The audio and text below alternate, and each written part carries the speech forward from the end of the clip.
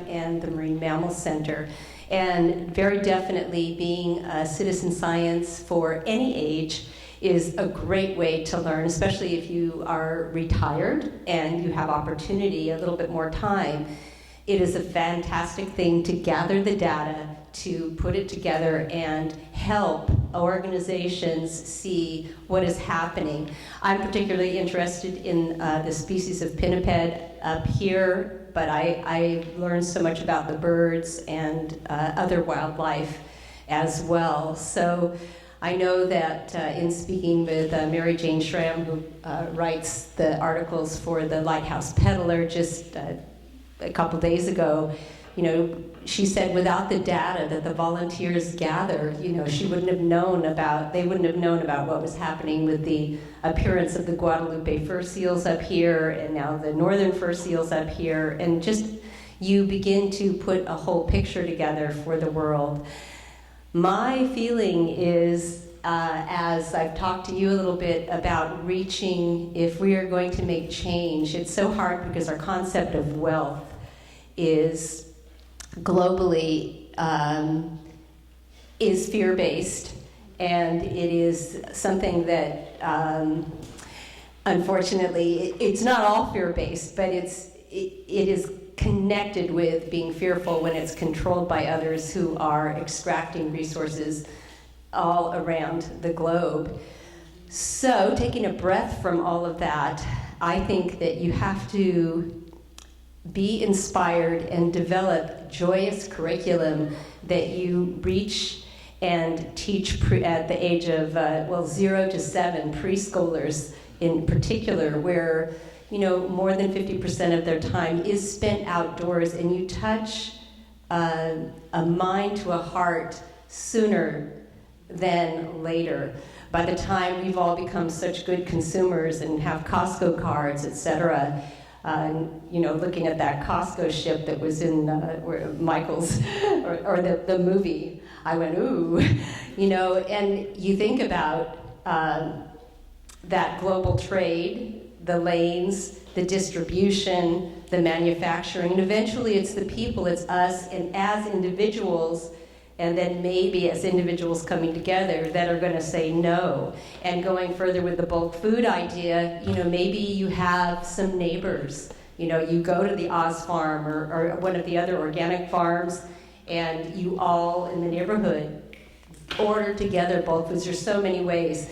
But with that eco-curriculum for preschoolers, include the zero waste. I remember in kindergarten making one of those little stuffed ducks. It could just as easily be a wonderful cloth bag as a tool for something, and learning. The R's are becoming very popular. It used to be reading, writing, arithmetic, but now it's recycle, reverence, reciprocity, you know, all the rebuilding, all the re-words are becoming very pertinent. Our languaging, and even in the scientific community, our languaging can separate us from nature.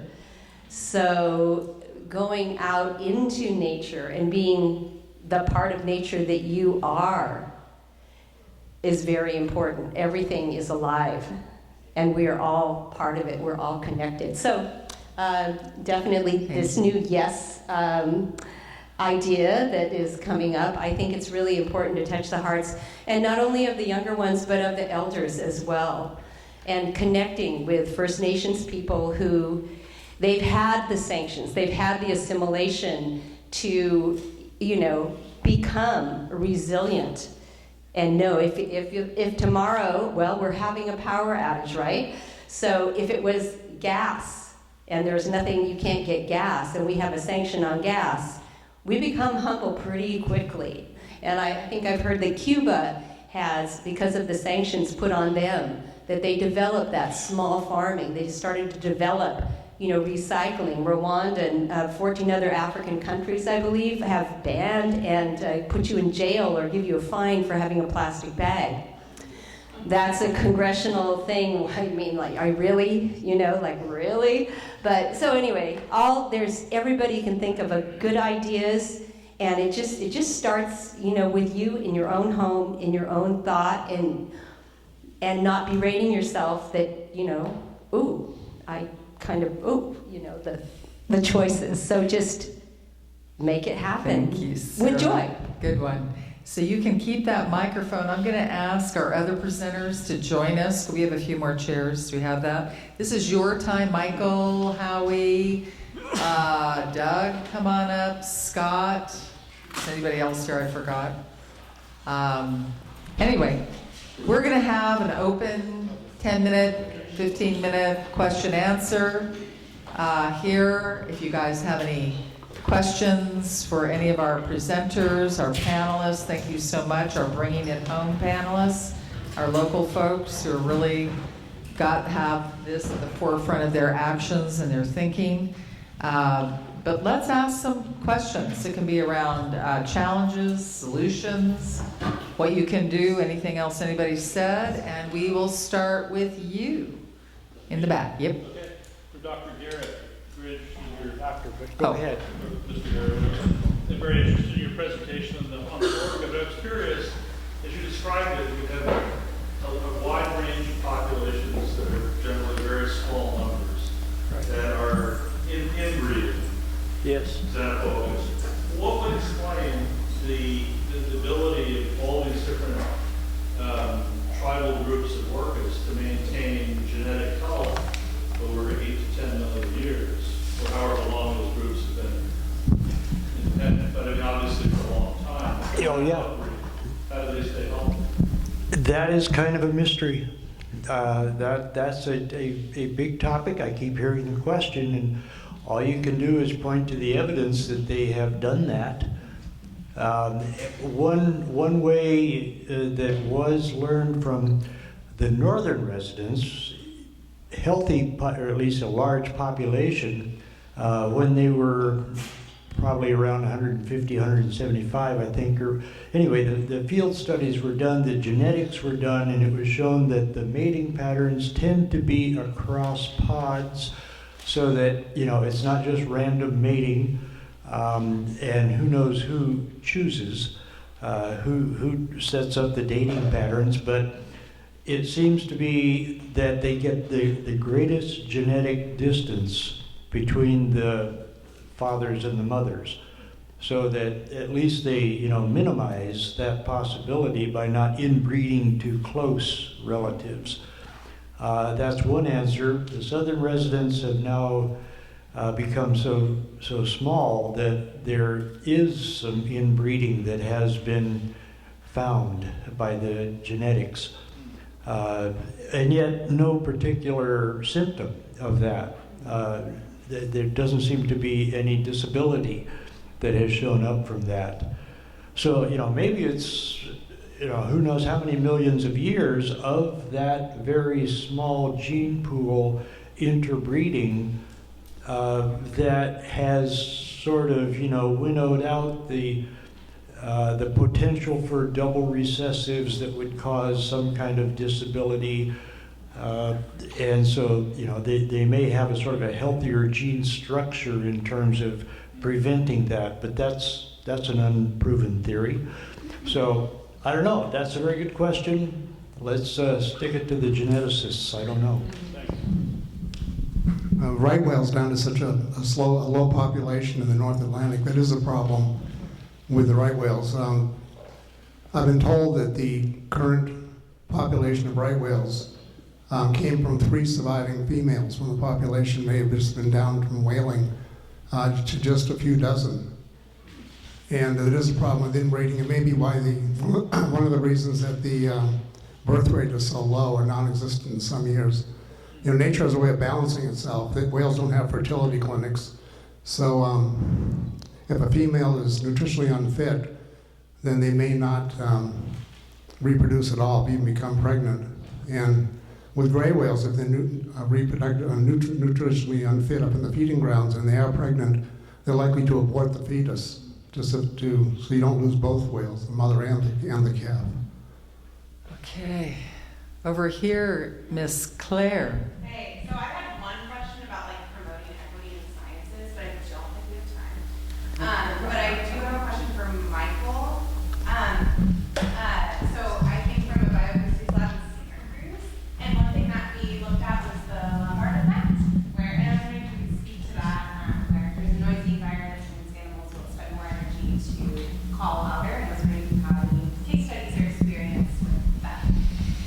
So the lumbar effect we also know is a cocktail. Thanks. Was that Schusterman Lab or is that? Yes, sir, yeah, right from the lab.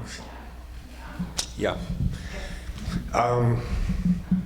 Yeah, really great pinniped work. Met Tristin there. Okay. Throwback. Well, Colleen has picked it up. Well, you know, Colleen said she's an excellent job anyways. So, off the side. So, a couple of things actually. The lumbar effect, which is also known as the cocktail party effect, is when the background noise gets so high that you have a hard time competing with it.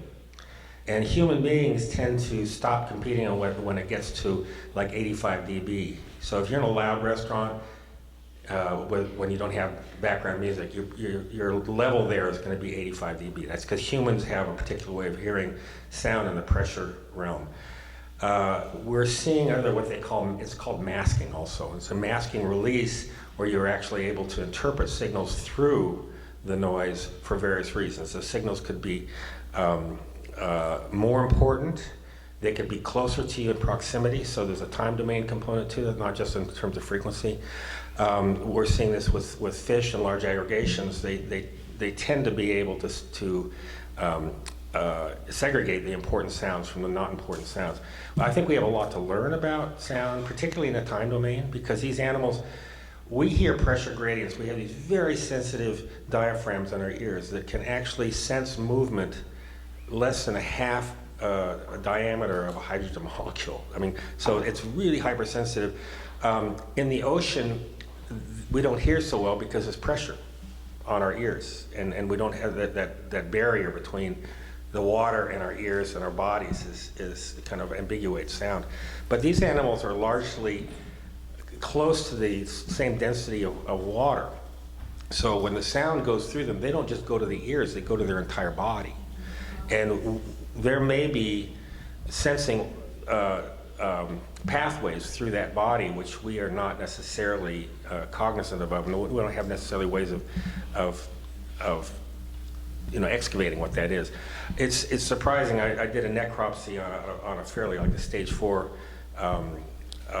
gray whale, and okay, these are mammals. You see these little sensor hairs that they have on the rostrum, but when you get into the blubber, it's actually held together by fur.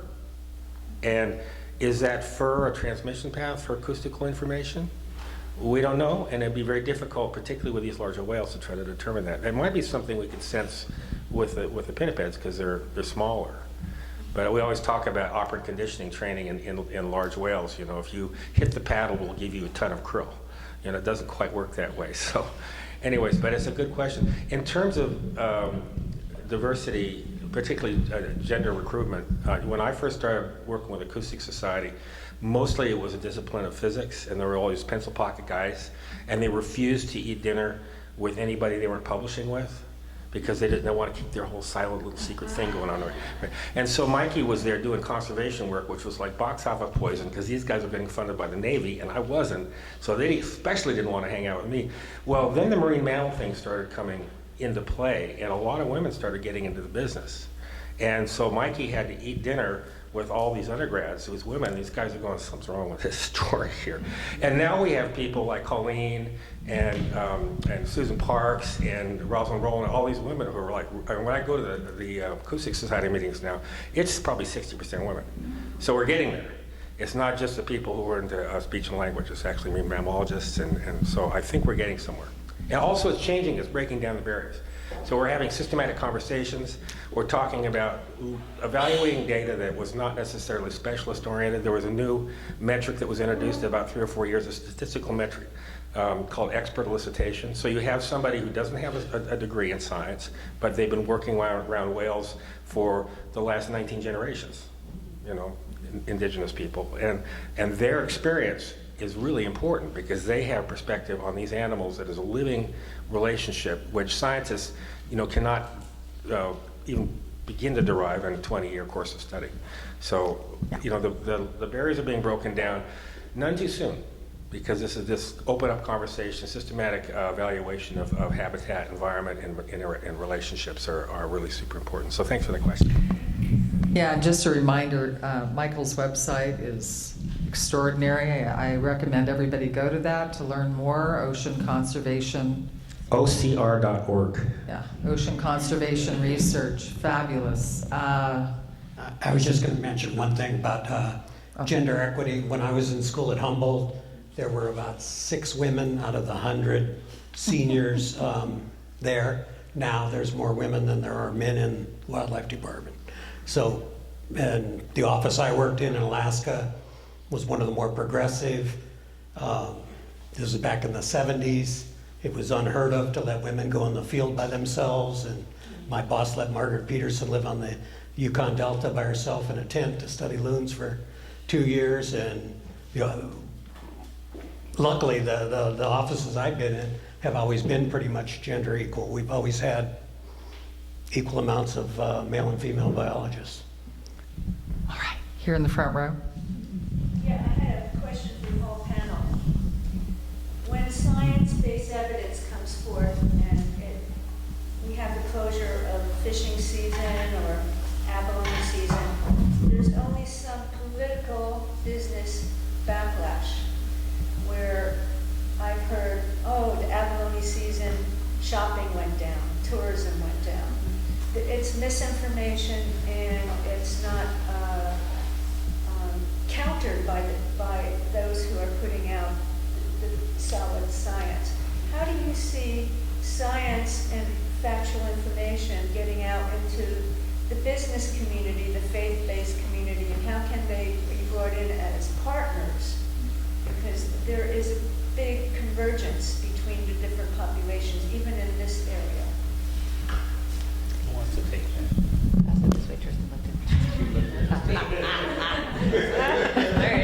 There we go. I guess I'm a little uncertain as to what you think is, or what the question is in particular to differences. Science countering the arguments that are being put forth that are misinformation. Which arguments or misinformation? Yeah. Do you have something in mind in particular? Well, for example, there was an editorial in one of the local newspapers by the newspaper that because of the abalone fishing closure, the dive shops suffered. So we're not thinking about them. And then there's another rumor was going. Oh, I see. Okay.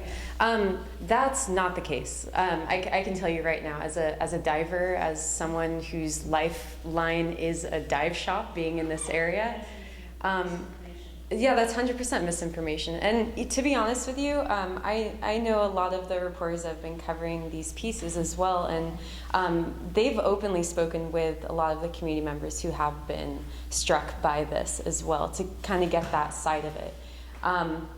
I don't believe it's being countered or hushed by any means. So I don't know if I fully understand the question. There's a lot of rumors if you are the MSNC and internet, you walk around the community. I mean, I do a lot of different work in this community, and I've heard so many different rumors, and I have to say, that's not the scientific evidence. That your shopping didn't go down in your store because the abalone season was closed and their wives don't come and shop.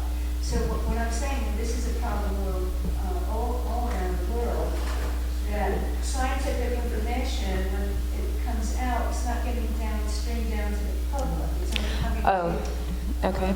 the bubble, the choir. How do you reach out to the business owners, the business community? I think you've been doing that. faith-based community? Okay. I So, feel like we are. Yeah. I mean, I'll counter that, arguably, respectfully and arguably, but that's what we do. Like, I think Sheila and I have taken that very seriously over the past year, especially, and and tag teaming really too, to get this information out there. I mean, Sheila's hosted a seaweed symposium that I came and spoke at and shared this data. She's also invited me to come and speak openly. I do my reef check trainings at the dive shop. I also speak with folks at city council. Like, the information is there. It's just, it's the responsibility of the public to show up and listen.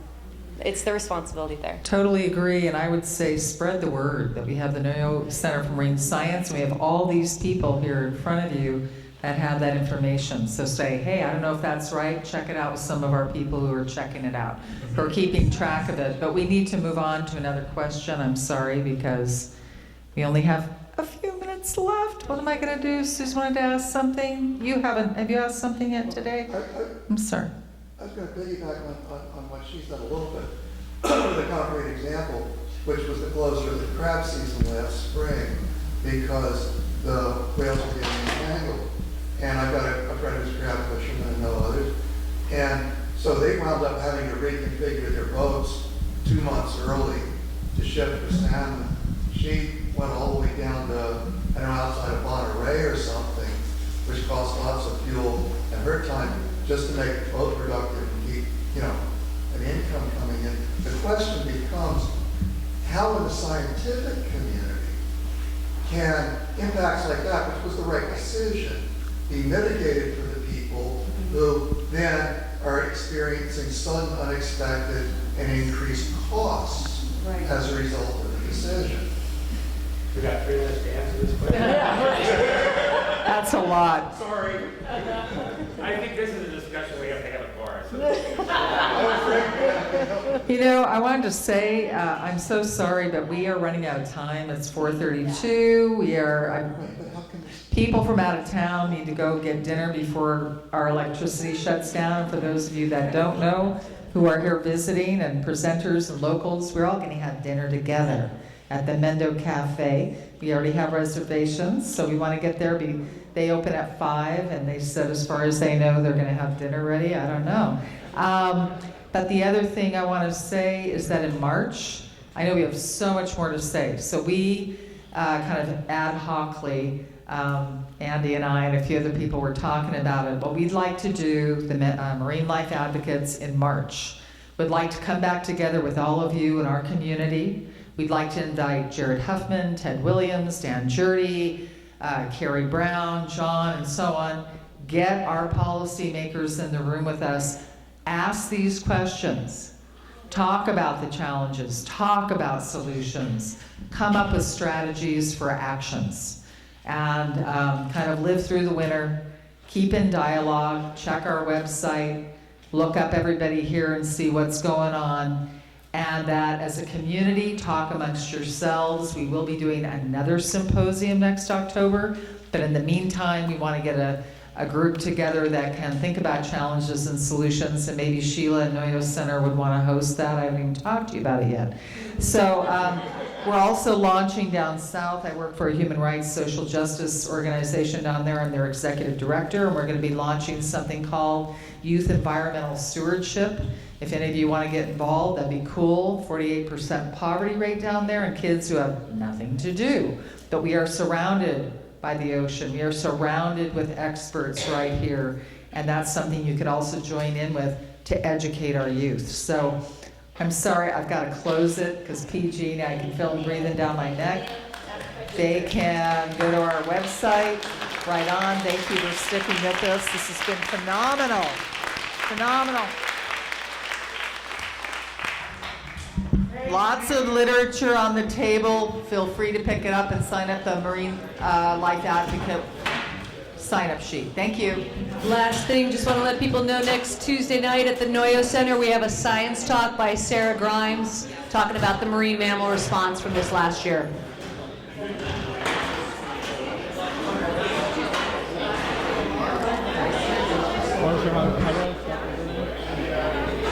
This one?